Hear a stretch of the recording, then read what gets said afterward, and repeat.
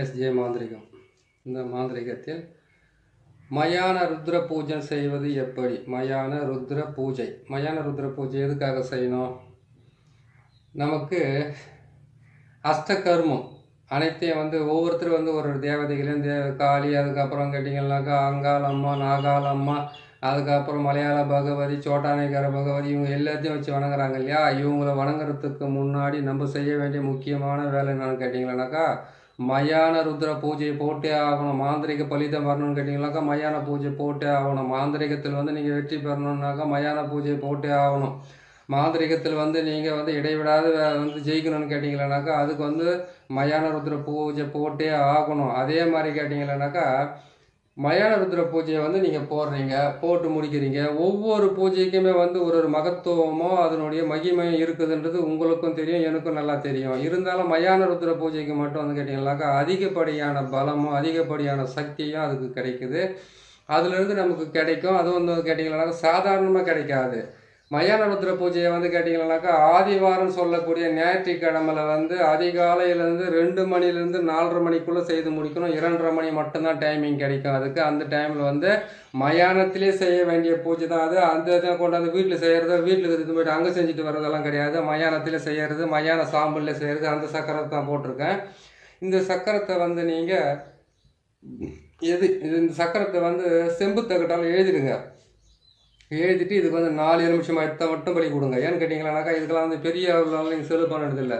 அதுக்கப்புறம் கேட்டிங்கனாக்கா கல், சுருட்டு, கருவாடு, அதுக்கப்புறம் கேட்டிங்கன்னா சாராயம், அதுக்கப்புறம் கேட்டிங்களானாக்கா அதுக்கு தேவையான எதாவது சொல்லிக்கிற அவல், பூரி, கடலை, அதுக்கப்புறம் பத்தி சூடம் இதெல்லாம் எடுத்துக்கிட்டிங்களா? இதெல்லாம் எடுத்து முடிச்சிட்டிங்க. அதுக்கப்புறம் கேட்டிங்கன்னா இது ஒரு வாழை இலையில் நீங்கள் படையல் போடுறீங்க. எல்லாமே மயானத்தில் தான் செய்யணும். அதுவும் கேட்டிங்கன்னா 2லேருந்து 4:30 மணிக்குள்ளே தான் செய்யணும் இந்த பூஜையை.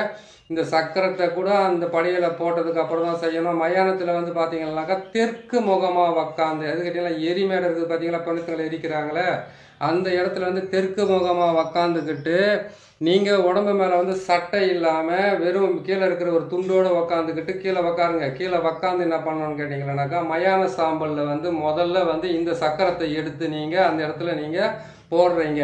இந்த சக்கரத்தை இது மாதிரி போட்டுட்டு 4 பக்கமாக சூலத்தை போட்டிருக்கோம். சூலம் போட்டிருக்கிற அந்த பிரம்மனுடைய வட்டம் சொல்லக்கூடியதுல பார்த்தீங்கன்னாக்கா இதில் 3 மட்டும் தான் இருக்குதுன்னு நினைக்காதீங்க. 3 மட்டும்தான் சிவனுடைய அச்சாரம் போட்டிருக்கோம், ருத்ரனுடைய அச்சாரம் போட்டிருக்கோம். நீங்கள் முக்கோணத்தை போட்டு நினைக்காதீங்க. அதே மாதிரி 4 மூலையிலையும் பாருங்கள், 4 மூலையிலுமே உங்களுக்கு கேட்டிங்கன்னாக்கா அதே முக்கோணம் மாதிரி தான் இருக்கும். அந்த முக்கோணத்துக்குள்ளே பார்த்தீங்கன்னாக்கா நான் பீஜத்தை போட்டிருக்கேன். அந்த பீஜத்தை உங்களுக்கு நான் தெளிவாக சொல்கிறேன், நீங்கள் பார்த்துன்னு தெரிஞ்சுக்கலாம். சரிங்களா?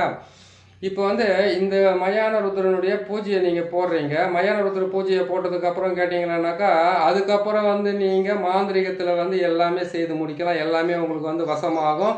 வசமாகிறதுக்காக தான் இந்த பூஜையை போடுறது. இது ஒரே நாள் ஞாயிற்றுக்கிழமை போட்டு முடிக்கிறது இல்லை. ஒரு நாள் பூஜையை போட்டு 48 நாள் இந்த மந்திரத்தை சொல்லிவிட்டு இந்த 48 நாளுமே கேட்டிங்களானாக்கா நீங்கள் அந்த மயான சாம்பல்லே புதைச்சி வைக்கணும். புதைச்சி வச்சுட்டு ஒன்றுக்கு 2 இல்லை 3 இல்லைன்னு கேட்டிங்கனாக்கா ஒரு 8 பிணமாவது எரியணும். அது எரிஞ்சதுக்கப்புறம் தான் தகட்டை கொண்டு இதை நீங்கள் தாயத்தில் அடைச்சி இதை போட்டுக்கணும். இதை அடைச்சி நீங்கள் போட்டுக்கிட்டாவே போதும். உங்களை பார்த்த உடனே பேய் பிசாசு பிடிச்சவங்க கூட அவங்க உங்ககிட்ட அதாவது கேட்டிங்க உங்களை பார்த்தோன்னா அவங்க உடம்புக்குள்ளே ஒரு நடுக்கம் ஏற்படும். ஒரு நடுக்கம் ஏற்பட்டு அவங்க நீங்கள் சொல்கிறபடியெல்லாம் கேட்கறதுக்கு ஆரம்பிப்பாங்க. நீங்கள் சொல்கிறபடியெல்லாம் செய்கிறதுக்கு ஆரம்பிப்பாங்க. அந்த மயான ருத்ரனுடைய சக்கரத்தையும் அந்த பூஜையை நீங்கள் இந்த சக்கரத்தை போடுறீங்க. அந்த பூஜையை நீங்கள் போடுறீங்க. என்னைக்கு போடுறீங்க? ஞாயிற்றுக்கிழமை அன்றைக்கி விடிய காலம் 2லேருந்து 4:30க்குள்ளே இந்த பூஜையை போடுறீங்க. எங்கே போடுறீங்க? மயானத்தில் தான் போடணும். மொத்தத்தையும் நீங்கள் ரெடி பண்ணி வச்சுக்கணும். அதுக்கு முன்னால் ரெடி பண்ணி வச்சுக்கிட்டு அதுக்கப்புறம் கொண்டு போய் இதை அந்த மாதிரி அதுக்கு என்ன பண்ணி கேட்டீங்கன்னாக்கா தெற்கு முகமாகவே தான் நீங்கள் உக்காரணும். தெற்கு முகமாக தான் விளக்கேற்றி வைக்கணும். எந்த எண்ணெயில் ஏற்றி வைக்கணும்? நல்ல எண்ணெயில் ஏற்றி வைக்கலாம், விளக்கெண்ணெயில் ஏற்றி வைக்கலாம். எந்த எண்ணெயில் வேணாலும் நீங்கள் விளக்கேற்றி வைக்கலாம். விளக்கேற்றி வச்சுட்டு நீங்கள் அவங்கள என்ன பண்ணுறீங்க கேட்டிங்கன்னாக்கா உக்காந்துக்கிட்டு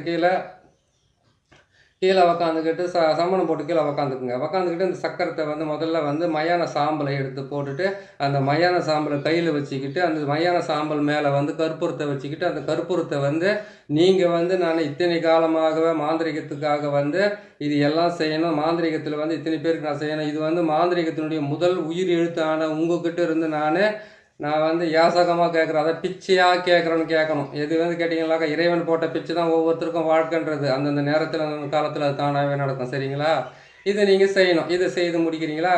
இதை செய்து முடிச்சோடனே இந்த தகட்டை எழுதுறீங்க. அந்த தகட்டுக்குள்ளே பாருங்கள் 3 வந்து கேட்டிங்களானாக்கா ருத்ரனுடைய, அதாவது கேட்டிங்கன்னா சிவனுடைய வீடுன்னு சொல்லி முக்கோண வீடு இருக்குது. அந்த பக்கம் பார்த்தீங்களா 4 பக்கமும் இருக்குது, 4 பக்கமும் இருக்குது. அந்த பக்கம் 3 சூளம் இருக்குது, இந்த பக்கம் 3 சூளம் இருக்குது, இந்த பக்கம் 3 சூளம். உள்ளவங்க பார்த்தீங்கன்னா சூளம் தான் போட்டிருக்கோம். ஏன்னு கேட்டிங்கனாக்கா அந்த சூளத்தை போட்டு மேலே வந்து ஓம் என்ற எழுத்து எழுதிட்டு மசிவாயன்ற எழுத்து மட்டும் சுற்றிலும் போட்டிருக்கேன். மசிவாயன்னு போட்டிருக்கேன்னா அதை போட்டு முடிச்சுட்டேன். உள்ளே பாருங்கள் நீங்கள் மேலே வந்து பார்த்தீங்கன்னா மேலே இருக்கிற ஒரு கட்டத்தில் பார்த்தீங்கன்னா மா இருக்கும், இதில் பார்த்தீங்கன்னா சி இருக்கும், மசி. இந்த பக்கம் பார்த்தீங்கன்னாக்கா சி இருக்கும், இந்த பக்கம் பார்த்தீங்கன்னா மா இருக்கும், இந்த பக்கம் பார்த்தீங்கன்னாக்கா மசின்னு வருது. புரியுதுங்களா?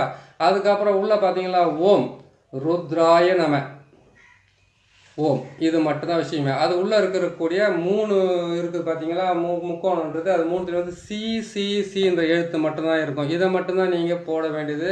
இதுக்குள்ளே இருக்கக்கூடிய பீஜ எழுத்து. இந்த பீஜ எழுத்தை நீங்கள் போட்டுட்டீங்க, போட்டு முடிச்சிட்டீங்க.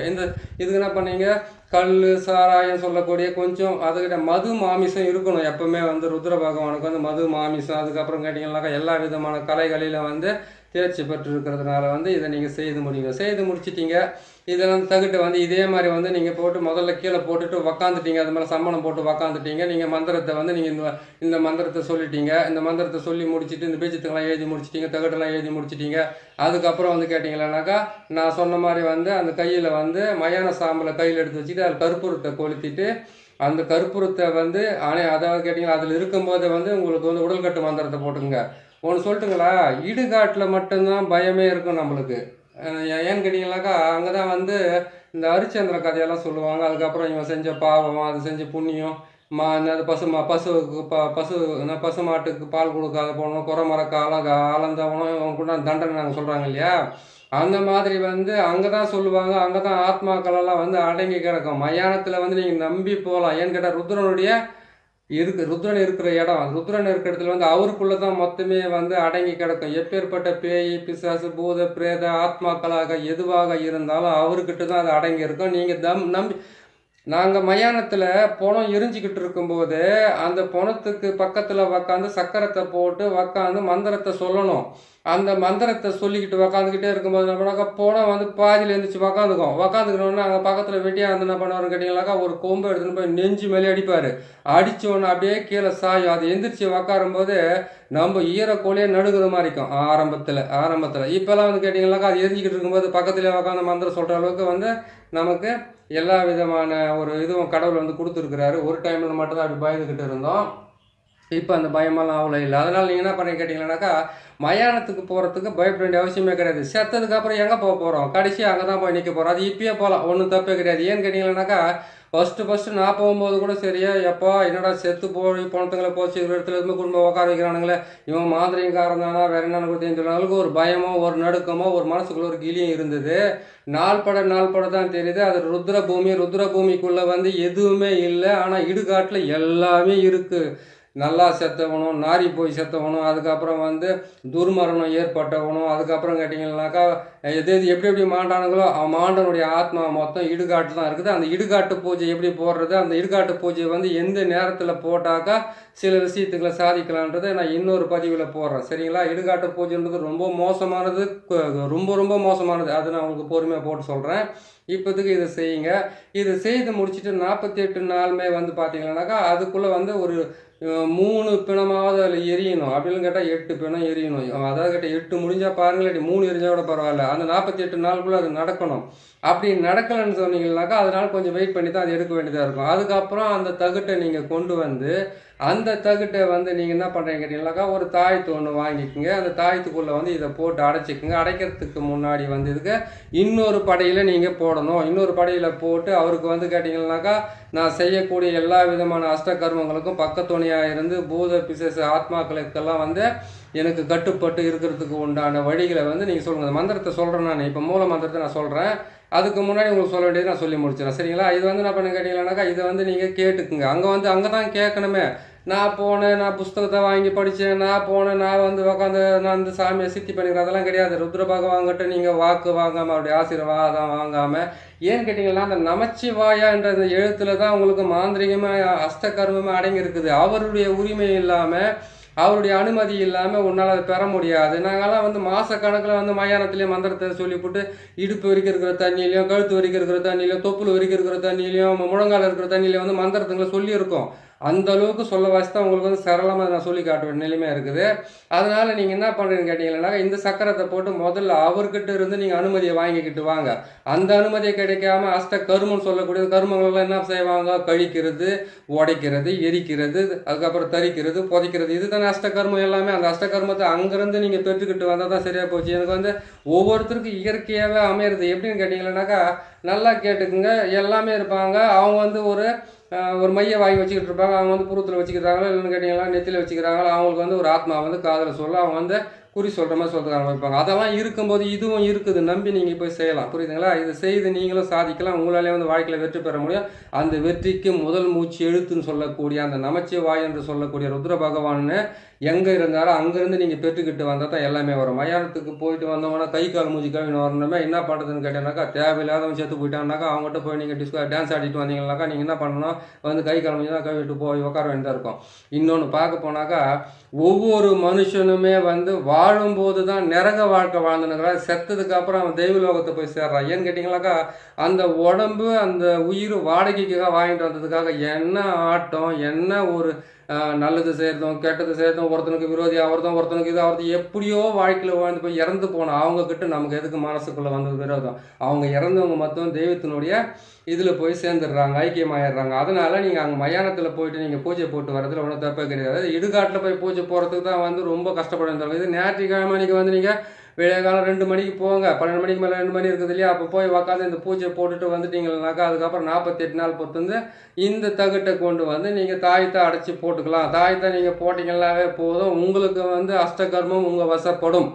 நம்பிக்கையோடு நீங்கள் செய்யலாம். சரி, அஷ்டகர்மத்துக்கு உண்டான மந்திரத்தை நான் சொல்கிறேன். அந்த மந்திரத்தை வந்து நீங்கள் இந்த தகுடு எழுதும் போது எழுதி முடிச்சதுக்கப்புறமா அதுக்கப்புறம் கேட்டலாம், இது வந்து கேட்டலாம் 48 முறையிலேருந்து 108 முறை கண்டிப்பாக சொல்லி தான் ஆகணும். அதை நீங்கள் சொல்லுங்கள்.